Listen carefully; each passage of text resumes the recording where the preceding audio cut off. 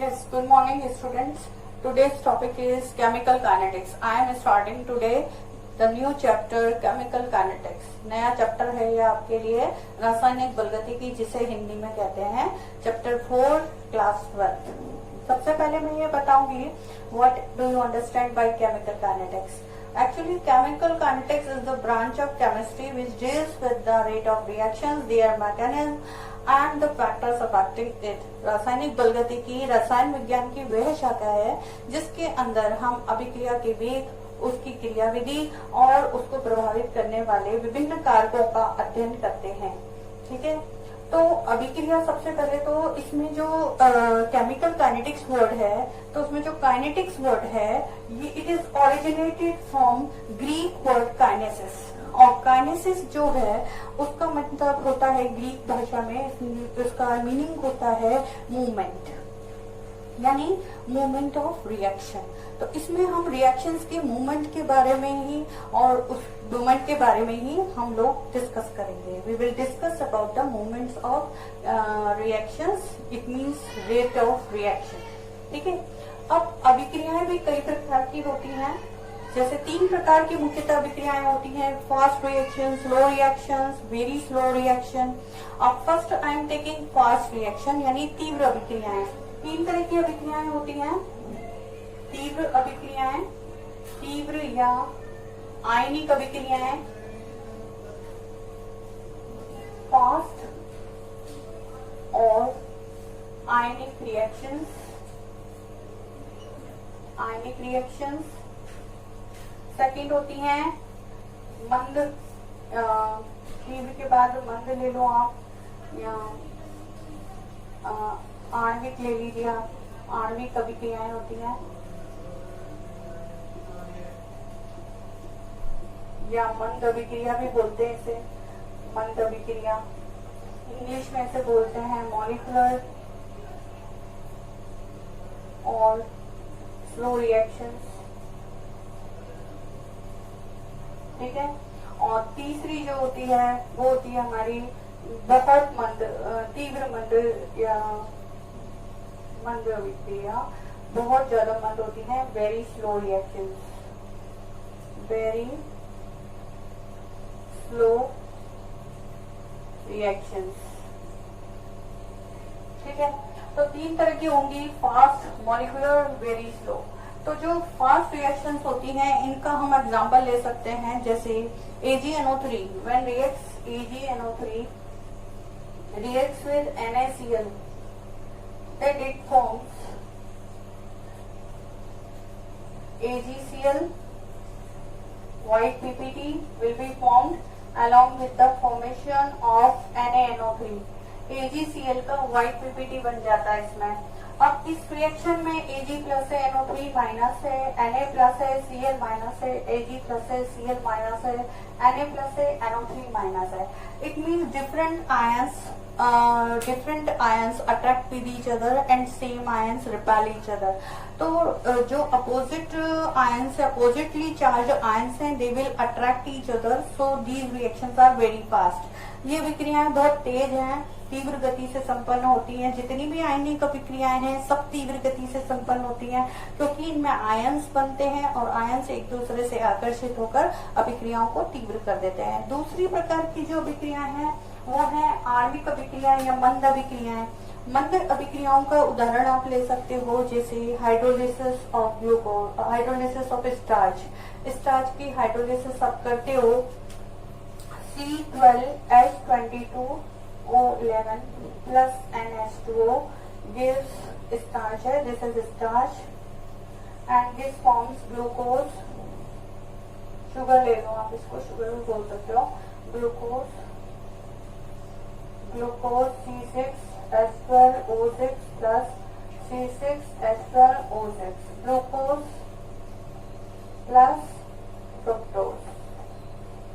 इनका फॉर्मूला तो सेम होता है लेकिन इनकी स्ट्रक्चर में डिफरेंस होता है, इसलिए इन बोलते ही नहीं ग्लूकोज है, इसको फ्रुक्टोज है. दोनों की स्ट्रक्चर में डिफरेंस होता है. ये हम आगे के चैप्टर में पढ़ेंगे 12th में.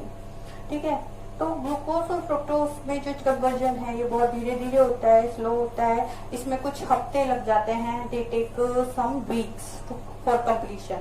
ओके, नेक्स्ट लास्ट होती है वेरी स्लो रिएक्शन।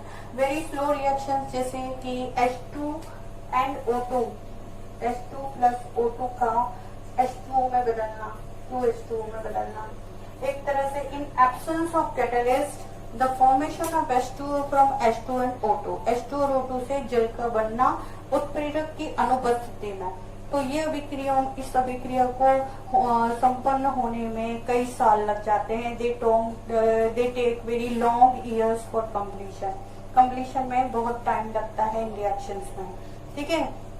तो इस तरह की 3 रिएक्शंस हमने पढ़ी। अब हम अभिक्रिया, ये तो अभिक्रियाओं के प्रकार हुए। अब अभिक्रिया के वेग की बात करते हैं। This is reaction. Now we will discuss about the rate of reaction.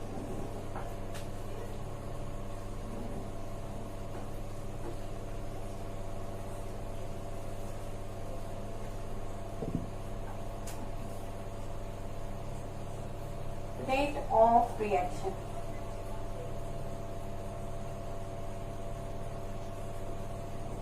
अभिक्रिया का वेग।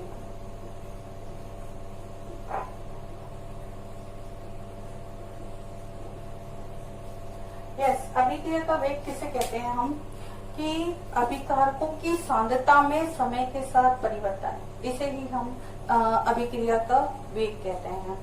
इस इंग्लिश में हम जैसे डेफिनेशन बोलेंगे तो rate of reaction is defined as the change in concentration of reactants per unit time, that is called rate of reaction। और इसे हम एवरेज रेट ऑफ रिएक्शन भी कह सकते हैं, क्योंकि हम यदि कोई time taken interval of time some लेंगे।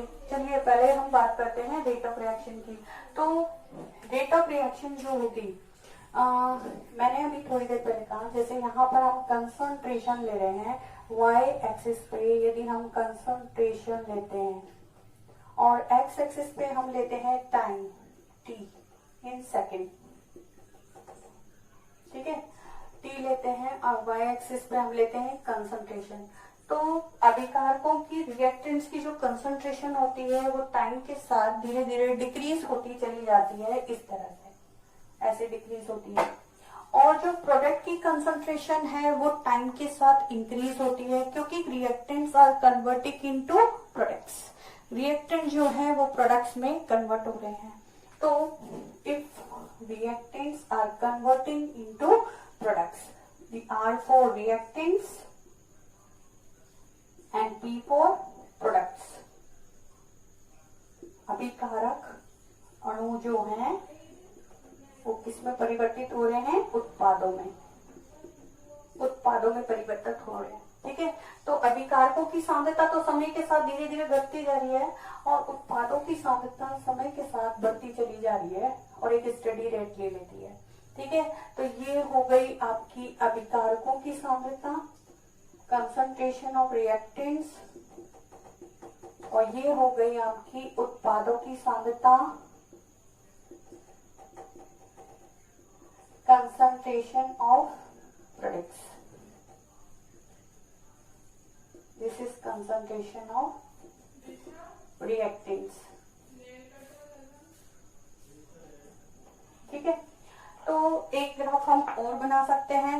जैसे मैंने आपको अभी बताया कि rate of reaction depends on concentration of reactants, यानी अभिकारकों की सांद्रता पर निर्भर करती है अभिक्रिया का वेग। और आप कह रहे हो कि समय के साथ अभिकारक की सांद्रता कम होती जा रही है, इसका मतलब अभिक्रिया का वेग भी क्या होता जा रहा है, कम होता जा रहा है। तो यदि हम रेट ऑफ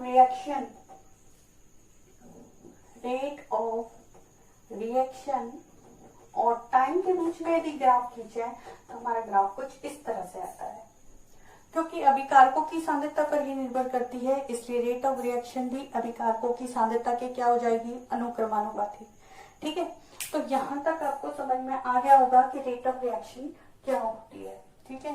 तो रेट ऑफ रिएक्शन को हम थोड़ा सा यदि और एक्सप्लेन करें तो इसे हम लिख सकते हैं, rate of reaction will be equal to change in concentration of reactants or products upon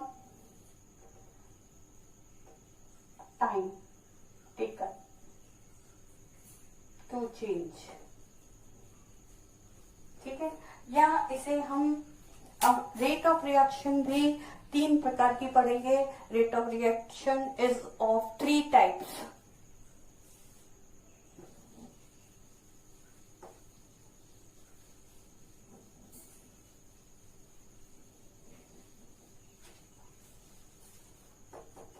first है average rate of reaction.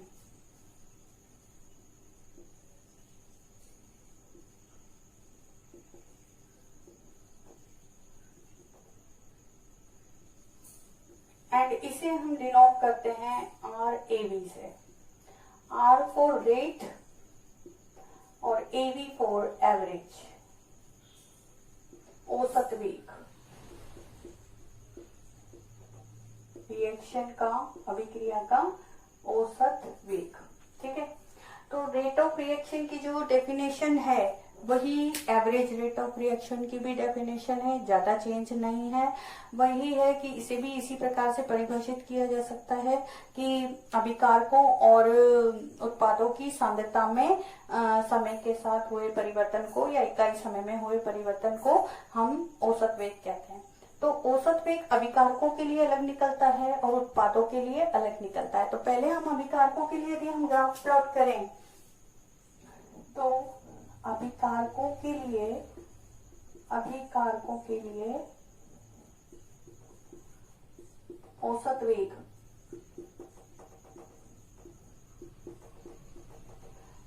RAV for reactants.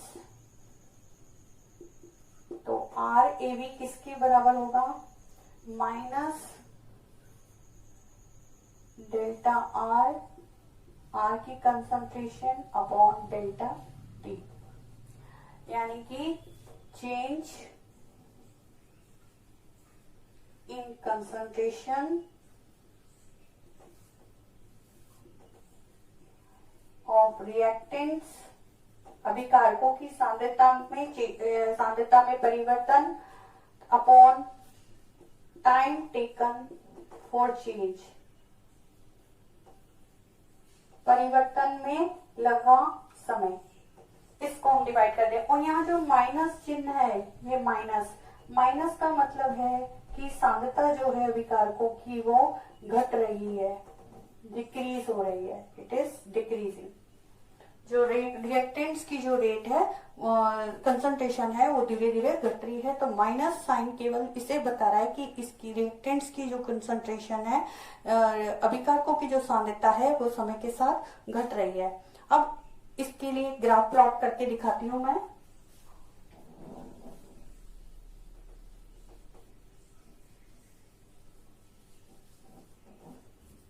देखिए, यदि हम इसके लिए ग्राफ प्लॉट करें तो T हम वही टाइम लेंगे सेकंड में, ठीक है, और यहाँ पे हम लेंगे सांद्रता किसकी, कंसंट्रेशन ऑफ रिएक्टेंट्स। ठीक है, तो कंसंट्रेशन जो है समय के साथ घट रही है, तो इस तरह का ग्राफ आ जाएगा, करेक्ट। अब एक पॉइंट पे ऊपर यहाँ पर ये हमने ले ली पहली कंसंट्रेशन R1, ठीक है, किस पर ली है, टाइम पर। कौन से टाइम पर ली, T1 पे, ये इनिशियल टाइम हुआ, ठीक है। R2 और R2 कंसंट्रेशन नोट की गई, ये R2 कंसंट्रेशन है, और किस पर नोट की गई, T2 पे, ठीक है। तो RAV किसके बराबर होगा, minus R2 minus R1 upon T2 minus T1, या और RAV will be equal to minus delta R की कंसंट्रेशन को हम ब्रैकेट से डिनोट करते हैं, और चेंज इन टाइम भी डेल्टा T से डिनोट करेंगे, करेक्ट। तो ये हमारा हो जाएगा रिएक्टेंट के केस में, ठीक है। तो इसका सूत्र और फॉर्मूला जो है फिर चेंज हो जाएगा, RAV is equal to minus final concentration of reactants minus initial concentration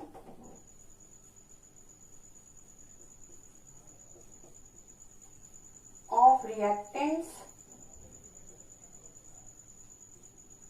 upon time taken. ठीक है, तो आर एवरेज रेट माइनस क्यों आया? क्योंकि अभिकारकों की सांद्रता घट रही है। अभिकारकों की जो औसत वेग है वो बराबर होता है अभिकारकों की अंतिम सांद्रता माइनस अभिकारकों की प्रारंभिक सांद्रता अपॉन समय में हुआ परिवर्तन, अभी परिवर्तन में लगा समय। ठीक है, तो उससे हम डिवाइड कर देते हैं। तो ये तो हुआ अभिकारकों के लिए औसत वेग। अब हम निकालते हैं उत्पादों के लिए औसत वेग। ठीक है, एवरेज रेट फॉर प्रोडक्ट्स।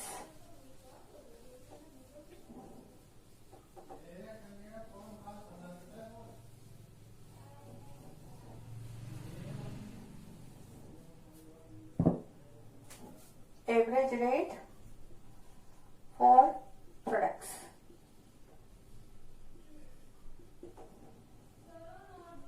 उत्पादों के लिए औसत वेग। ठीक है, तो उत्पादों के लिए औसत वेग कैसे हो जाएगा? वो टी टाइम। ठीक है, यहाँ पे आ जाएगी उत्पादों की सांद्रता। उत्पादों की सांद्रता, ठीक है, उत्पादों की सांद्रता समय के साथ बढ़ती है इस तरह से।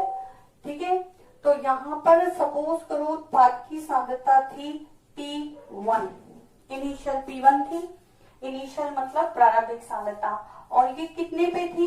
T1 पे। फिर यहाँ पर मान लो सपोज करो हो गई P2 सांद्रता, बढ़ गई सांद्रता, और टाइम यहाँ पे ले लो आप T2। तो ये जो डिफरेंस है वो डेल्टा टी हो गया, और ये जो डिफरेंस है वो हो गया डेल्टा टी। ठीक है, तो आर ए बी कितना हो जाएगा? पॉजिटिव, और P2 माइनस P1 पॉजिटिव भी रहेगा अपॉन T2 माइनस T1, और करके आर ए बी बराबर P delta P concentration of products upon time taken for change delta T. तो ये एवरेज रेट किसके लिए निकल गया? उत्पादों के लिए। तो वही हो जाएगा R A B is equal to उत्पादों की प्रारंभिक सांद्रता P2 माइनस P1 अंतिम सांद्रता माइनस प्रारंभिक सांद्रता अपॉन परिवर्तन में लगा समय।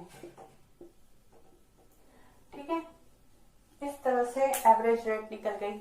अब नेक्स्ट हम लेते हैं औसत वेग के बाद हम लेते हैं नेक्स्ट लेते हैं तत्कालिक वेग या तात्क्षणिक वेग, या इसे इंग्लिश में बोलेंगे हम इंस्टेंटेनियस वेग।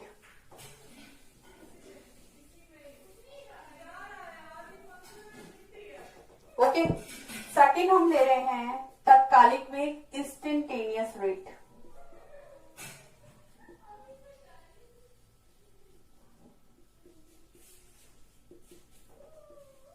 तात्कालिक, इसे बोलेंगे हम तत्कालिक या तात्क्षणिक वेग।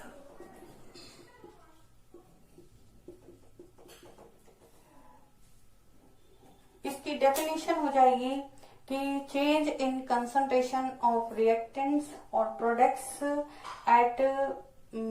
Eight some particular moment of time. ये एक आ जाएगा कि एक निश्चित समय पर अभिकारकों की सांद्रता में परिवर्तन, वो कहलाएगा तात्कालिक वेग। ठीक है, इसे मैं लिख देती हूँ। I write here,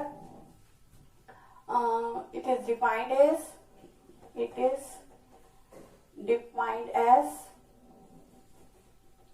change in concentration at particular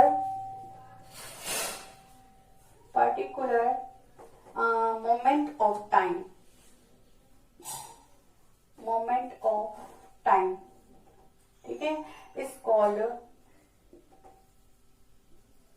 instantaneous rate of reaction, ठीक है, ये होती है।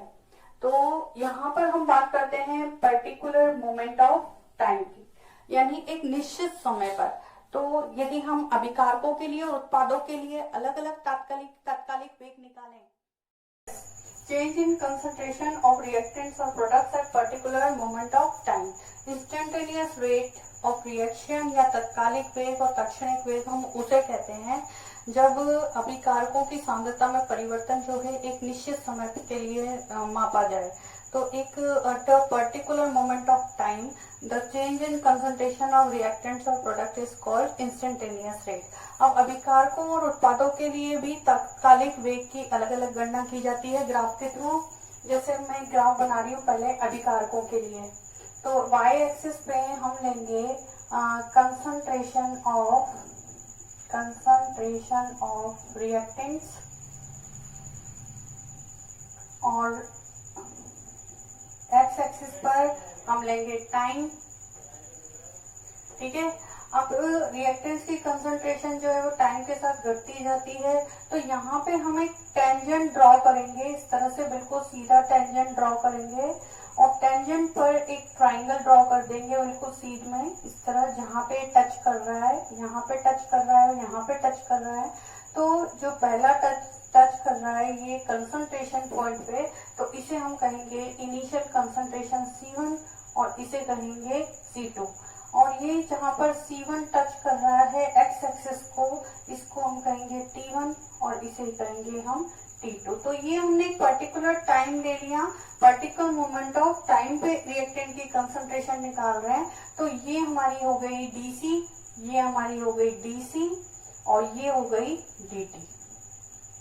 जब डेल्टा T जो है वो 0 की तरफ जा रहा है, तो यहाँ पर जो इंस्टेंटेनियस रेट हो गई INS फॉर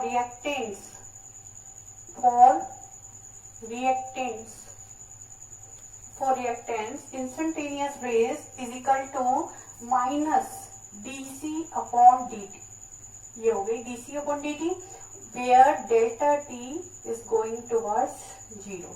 जो डेल्टा T है वो 0 की तरफ जा रहा है, ठीक है। ऐसे ही हम प्रोडक्ट्स के लिए भी निकाल सकते हैं। For products we can draw the graph. इसमें भी हम y एक्सिस और x एक्सिस ले सकते हैं। y और x, यहाँ पे कंसंट्रेशन ऑफ प्रोडक्ट्स ले लेते हैं हम, प्रोडक्ट्स, और यहाँ पे ले लेते हैं हम टाइम t। प्रोडक्ट की है तो कंसंट्रेशन टाइम के साथ बढ़ेगी, तो यहाँ पर भी एक टेंजेंट खींच लेते हैं इस तरह, बिल्कुल सीधा इस तरह से, और यहाँ पे भी एक ट्राइंगल ड्रॉ हो जाएगा और इस ट्राइंगल को y एक्सिस पे और x एक्सिस पे दोनों तरफ ऐसे टच करके लाइनें बना देंगे। तो ये हो जाएगी आपकी इनिशियल कंसंट्रेशन C1, ये C2, ये इनिशियल टाइम T1, ये इनिशियल टाइम T2। तो ये तो हो गया DC और ये हो गया DT। तो इसके लिए रेट ऑफ इंस्टेंटेनियस जो है प्रोडक्ट के लिए आएगी पॉजिटिव DC अपॉन DT, जहां पर डेल्टा T जो है वो टुवर्ड्स टू 0 है, ठीक है। तो इस तरह से इंस्टेंटेनियस रेट निकाली हमने, सेकंड पॉइंट हमने कवर करा है। अब नाउ तीसरी तरह की third time of rate of reaction is initial rate, ठीक है। तो इनिशियल रेट लेंगे अब, थर्ड इज इनिशियल रेट, और इनिशियल रेट को हम कहते हैं हिंदी में प्रारंभिक वेग। प्रारंभिक वेग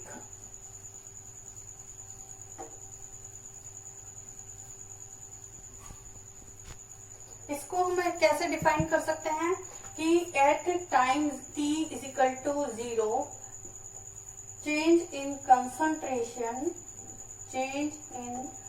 concentration of reactants or products is called initial rate। और इसके लिए भी हम एक ग्राफ प्लॉट कर सकते हैं। जैसे x एक्सिस पे वही टाइम ले लेंगे और y एक्सिस पे हम कंसंट्रेशन ऑफ रिएक्टेंट्स, अभिकारकों की सांद्रता ले लेंगे और time t is equal to 0 पे हम एक टेंजेंट खींच देते हैं, क्योंकि अभिकारकों की सांद्रता क्या होती है, समय के साथ इस तरह से घटती जाती है, इस तरह से। ठीक है, तो एक टेंजेंट ड्रॉ कर देते हैं यहाँ पे। एक मिनट में सीधे बना देते हैं इसको थोड़ा सा। ये एक टेंजेंट ड्रॉ कर दिया है और टेंजेंट पर फिर एक बन जाएगा ट्रायंगल, और इस ट्रायंगल पे हमारी हो जाएगी C1 और C2, और नीचे आपके ड्रॉ कर देंगे अपन इस तरह से जा रही है। रुको एक मिनट, ये एक ट्रायंगल हो जाएगा छोटा सा जो टच करते हुए जा रहा है लाइन को इस तरह से। ठीक है, इसका ये T1 और ये आ जाएगा T2। ठीक है, T1 एंड T2, ये हो जाएगी DC। ठीक है, ये हो जाएगी DC और ये हो जाएगी DT। ठीक है, तो टेंजेंट ड्रॉन करके हम at time t is equal to 0 लेकर एक इनिशियल रेट निकाल सकते हैं। ठीक है, तो 3 तरह की रेट हमने पढ़ी आज, औसत वेग, तात्कालिक और तात्क्षणिक वेग, और तीसरा हमने पढ़ी प्रारंभिक वेग। ठीक है, average rate, instantaneous rate and initial rate. ठीक है, अब इसके बाद धीरे धीरे आगे और बढ़ेंगे इस चैप्टर में, स्टार्टिंग है। चलिए, टेक केयर, बाय बाय।